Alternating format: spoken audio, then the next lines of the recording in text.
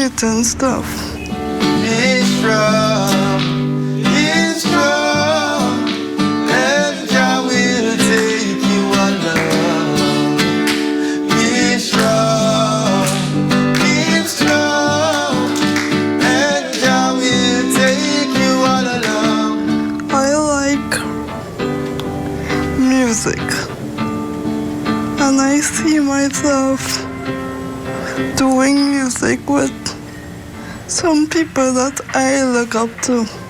I love Nicki Minaj, and I love the way that she represents Trinidad and Tobago, and I'm very proud to live in my country because of her. My name is Robert Moore. I'm originally from Belmont in Port of Spain. I live at Moore at present. My son attends NCPD, National Center for Persons with Disabilities. His name is Roberto Marquis. What are you doing? Tiffin? Okay. What's this one? A truck. The truck? These are nice. Roberto is himself a very positive person.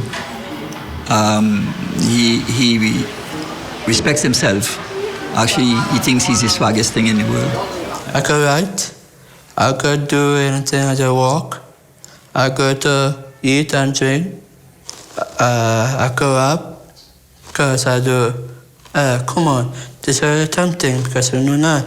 Because I haven't gone to school, I don't really important because I know that because school is a really course, but I like a rap. I dream that for him, that he could become very independent.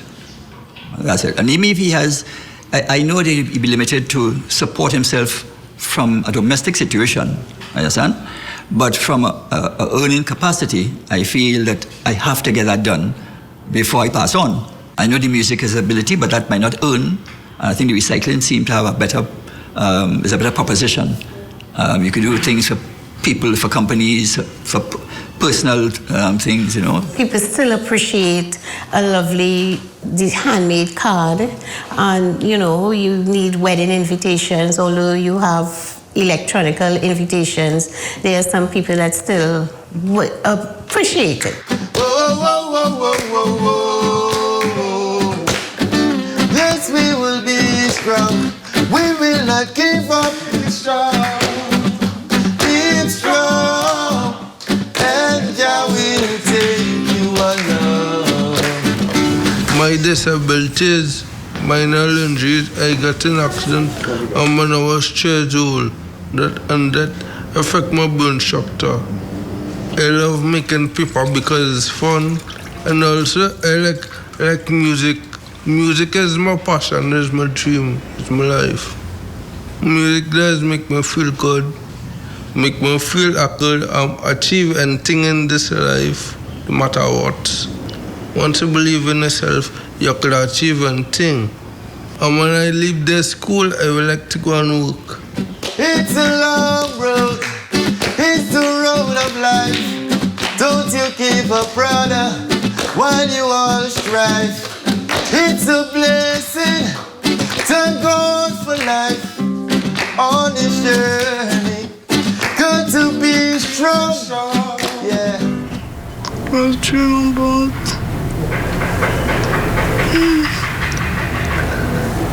being somebody in life. They don't have people listening to them, really, really listening to them. And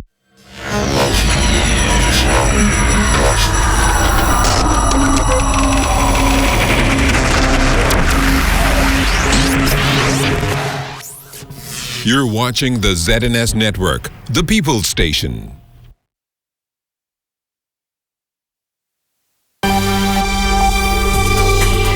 Coming up in the Bahamas tonight, first at 6, Jamaica hit with its first case of COVID-19. Also tonight, an emergency situation striking at the Police Internal Security Division.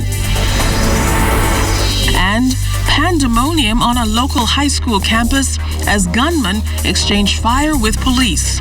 The Bahamas tonight, first at 6, starts now. Good evening, everyone. I'm Keish Latterly, and welcome to the Bahamas Tonight, first at 6. Thanks so much for looking in. Well, topping the news tonight, the Jamaica Gleaner is reporting that the first case of corona has been confirmed in Kingston. Jamaica's Health and Wellness Minister, Dr. Christopher Tufton, according to that newspaper, made the disclosure today, revealing that a female patient has been in isolation since yesterday after showing respiratory symptoms after returning from the United Kingdom. Now, with this confirmation, Jamaica becomes the fourth country in the Caribbean to record the presence of COVID-19. According to a statement from the ministry, the patient's infection was travel-related. However, steps are being taken to prevent the risk of community spread. Measures include the dispatch of a health team to the home of the patient for assessment and initiation of public health measures, the identification and contact tracing for all possible exposed persons, and meeting of ministry officials with members of staff at the hospital and necessary interventions being put in place. Right now, there are more than 118,000 cases of COVID-19 worldwide. Well, as concerns mount over the novel coronavirus and the country's ability to test people suspected to have the illness, Health Minister Dr. Dwayne Sands is warning the public against purchasing rapid tests. Sands says questions over whether the product actually works should cause people to be cautious. Understand that there are offers for rapid testing which have not yet been validated, and that has the potential to create all kinds of issues. And so, I would caution people to avoid going on the internet and purchasing unvalidated tests that are being sold. Buyer beware. Well, in other news tonight, police of the fire division extinguishing a massive blaze today, which produced thick smoke across the Oaksfield area. Now, officer in charge of the police fire division, Chief Superintendent Walter Evans, telling our news team that the fire began in a vehicle garage just behind the internal security division on University Boulevard just after noon today.